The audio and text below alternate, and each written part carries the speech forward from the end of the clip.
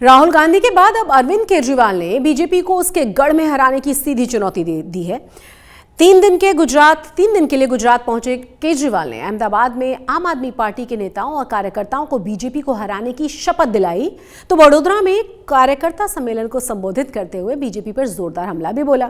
केजरीवाल कह रहे हैं कि बीजेपी के भ्रष्टाचार से परेशान गुजरात की जनता बदलाव के लिए तैयार है।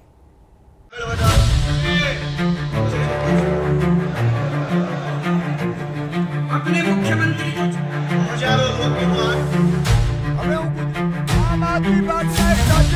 भारत माता की इनकलाब वंदे।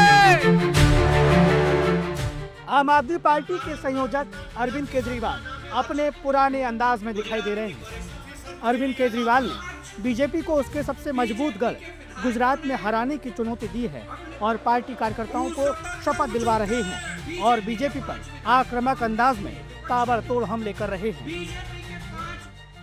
इन्होंने पूरा अत्याचार का पूरा दमन छेड़ा हुआ है चारों तरफ। पिछले 30 साल में एक टाइम ऐसा था जब गुजरात देश का सबसे अमीर राज्य होता था। एक टाइम ऐसा था जब गुजरात समृद्ध होता था, गुजरात का किसान समृद्ध होता था। आज इन्होंने गुजरात को खोखला करके छोड़ दिया 30 साल के अंदर। आज किसान दुखी है, लूट लिया इन्होंने गुजरात को। किसान की बीज खा गए, किसान का खाद खा गए, किसान का पानी पी गए, किसान को पूरा पैसा नहीं मिलता अपनी फसल का, किसान का पैसा लूट लिया इन लोगों ने। इन्होंने स्कूल लूट लिए, इन्होंने अस्पताल बर्बाद कर दिए, सरकारी अस्पताल बर्बाद कर दिए। अरविंद केजरीवाल गुजरात के अलग अलग जिलों में जाकर कार्यकर्ता सम्मेलन कर रहे हैं, चुनावी रणनीति पर मंथन कर रहे हैं और गुजरात में परिवर्तन का शंखनाद कर रहे हैं। भारत माता की इनकलाब वंदे। रविवार को अहमदाबाद में कार्यकर्ता सम्मेलन के बाद आज केजरीवाल वडोदरा पहुंचे। यहां भी उन्होंने कार्यकर्ता सम्मेलन को संबोधित किया और बीजेपी पर आरोपों की बौछार कर दी। केजरीवाल ने कहा कि लोगों को डराया धमकाया जा रहा है और बीजेपी सत्ता के लिए सरकारी मशीनरी का गलत इस्तेमाल कर रही है। कई महीने तक चेतर वसावा को जेल में रखा, क्यों? क्योंकि वो गरीब आदिवासियों के लिए आवाज उठाता है। आम आदमी पार्टी के नेता टूटते नहीं है, बिकते नहीं है।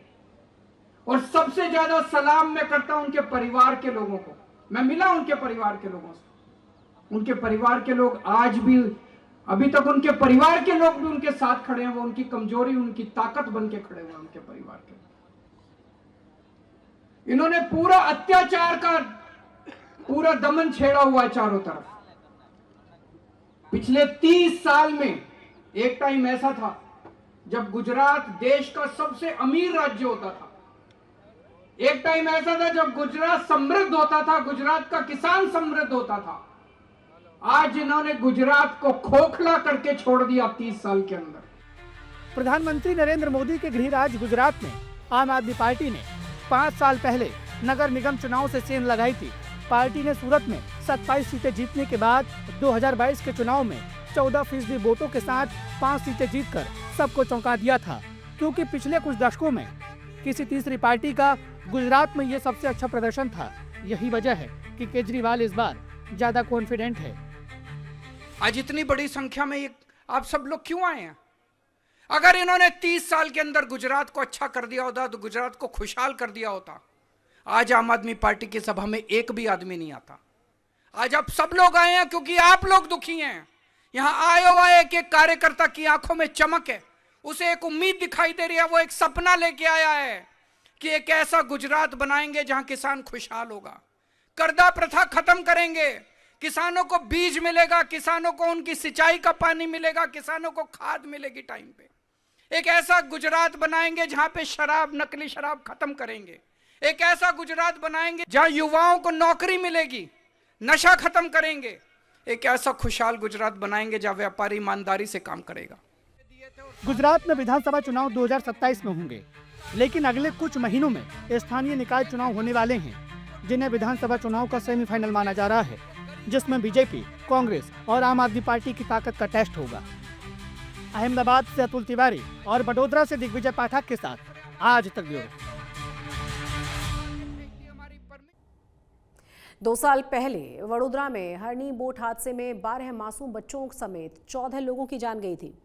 आज तक लोग उसे भुला नहीं पाए। आज भी उन मासूम बच्चों के माता पिता न्याय के लिए संघर्ष कर रहे हैं। आम आदमी पार्टी के संयोजक अरविंद केजरीवाल ने वडोदरा में इस हादसे के पीड़ित परिवारों से भी मुलाकात की है। केजरीवाल ने अपने बच्चों को खोने वाले परिवारों का दर्द सुना, साथ ही परिवारों को न्याय दिलाने का आश्वासन भी दिया। जूनागढ़ में एक सभा के दौरान आम आदमी पार्टी के विधायक गोपाल इटालिया पर जूता फेंकने की घटना ने सियासी हलचल बढ़ा दी है। आम आदमी पार्टी ने इसे बड़ा मुद्दा बनाया है। पार्टी इसे बीजेपी की साजिश बता रही है और गोपाल इटालिया की हत्या की कोशिशों के आरोप लगाए जा रहे हैं।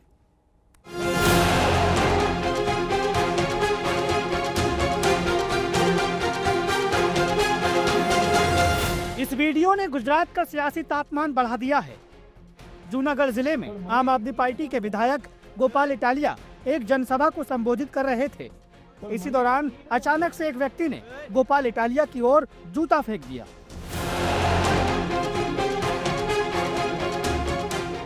इस घटना के बाद वहां हंगामा मच गया और पुलिस ने आरोपी को मौके से हिरासत में ले लिया।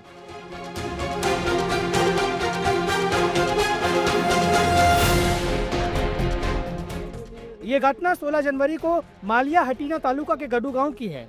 इस जूता कांड के बाद आम आदमी पार्टी के विधायक गोपाल इटालिया खुद मीडिया के सामने आए। उन्होंने न सिर्फ इसे एक बड़ी साजिश बताया, साथ ही इसके पीछे बीजेपी नेताओं की भूमिका होने का आरोप भी लगाया।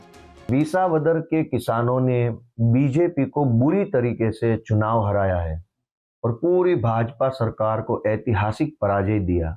तब से वो लोग बौखलाए हुए हैं, गुस्साए हैं।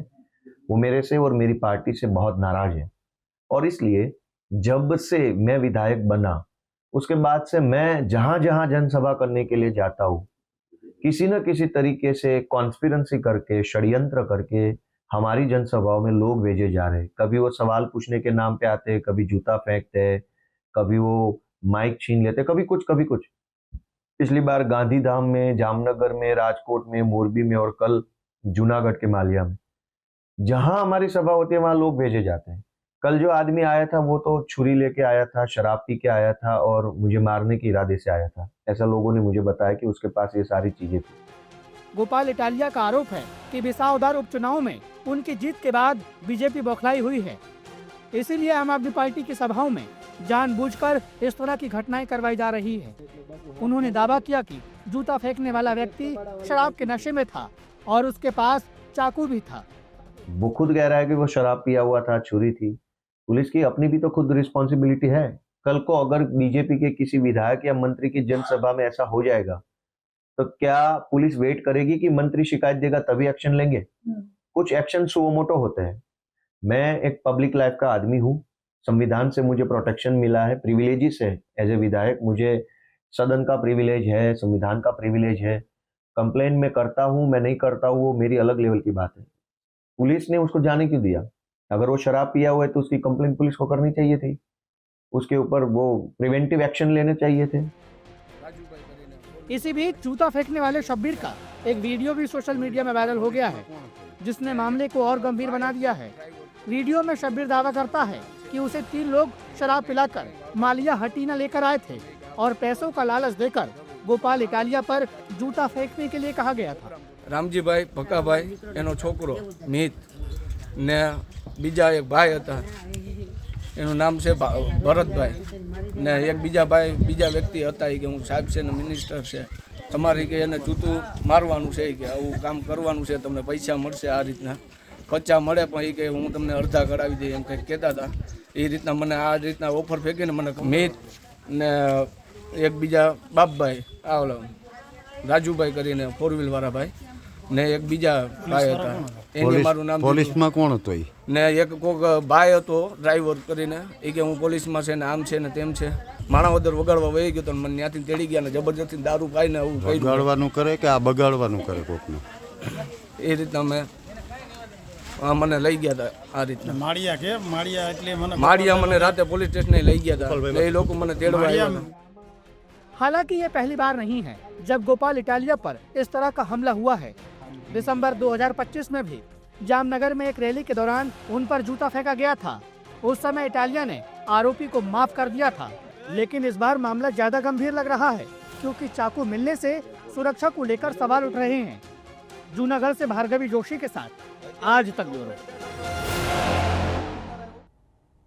अहमदाबाद में नेशनल स्कूल के बाहर 10वीं के छात्र पर कुछ छात्रों ने मिलकर हमला बोल दिया। ये पूरी घटना सीसीटीवी कैमरे में कैद हो गई, जिसमें कुछ छात्र एक छात्र पर प्लास्टिक के पाइप से, डंडे से, चाकू से हमला करते हुए नजर आए। इस घटना में छात्र के पूरे शरीर पर चोटों के निशान हैं। शुरुआती जानकारी के मुताबिक पीड़ित छात्र का 2 महीने पहले कुछ छात्रों के साथ झगड़ा हुआ था और इसी रंजिश में आरोपियों ने छात्र पर हमला बोला। आज सुबह 11 बजे गटोड़ा पुलिस स्टेशन में एक मैसेज मिलता है कि भी नेशनल स्कूल पे ऐसा वारदात हुई है। वहाँ तुरंत पुलिस हरकत में आके वहाँ जाती है। जो लड़के थे आपस में झगड़े थे उसकी हिस्ट्री देखी जाए तो स्कूल में जो बच्चा पढ़ता था उसके साथ मारामारी हुई है। उसको इसी स्कूल में पढ़ने वाले बच्चों ने उसको बाहर से कोई अपने दोस्त को या अपने रिश्तेदार को लाके उस बच्चे के साथ मारपीट की, इसमें एक बच्चे को सिर पे लगी है, उसको दूसरे को उंगली पे लगी हुई है और तीसरे को उन्होंने मुक्का से मारा हुआ है। और इस हिसाब से वारदात बनने के बाद पुलिस तुरंत हरकत में अब अभी फरियाद की कामगिरी हम कर रहे हैं और फरियाद ले रहे हैं। अहमदाबाद के घाटलोडिया इलाके में स्थित नेशनल स्कूल में पढ़ने वाले 10वीं के छात्र पर चाकू, पाइप और लकड़ी से हमला किया गया है। मेरे पीछे की तरफ की तस्वीर आप देख पा रहे हैं। घाटलोडिया में स्थित ये वही नेशनल स्कूल के जहाँ पे 10वीं के छात्र की प्री बोर्ड एग्ज़ाम चल रही थी। जैसे ही एग्ज़ाम ख़त्म हुई, जो 10वीं का छात्र था जैसे ही अपने स्कूल से बाहर की तरफ निकलता है और उसको पहले से ही लगभग 8 से 10 जितने बच्चे समेत जो लोग जिन्होंने 10वीं के छात्र पे हमला किया है वो स्कूल के बाहर मौजूद थे और उस बच्चे को यहीं से पकड़कर स्कूल से बिल्कुल दाईं तरफ की और आगे खींच कर ले जाते हैं। फ़िलहाल तस्वीरों में आप जिस प्रकार से देख पा रहे हैं स्कूल का दायां ये हिस्सा जहां पे फ़िलहाल पुलिस की एक गाड़ी भी मौजूद है, लेकिन इस पुलिस की गाड़ी के पीछे की तरफ कुछ दुकान आई हुई हैं। वहां तक लगभग 8 से 10 जितने जो लोग थे वो 10वीं के छात्र को खींच के आगे की तरफ ले जाते हैं। और जिस प्रकार से पुलिस के द्वारा बताया गया है कि जिस 10वीं के छात्र पर चाकू से हमला हुआ है उस पर जिन्होंने हमला भी किया है उसमें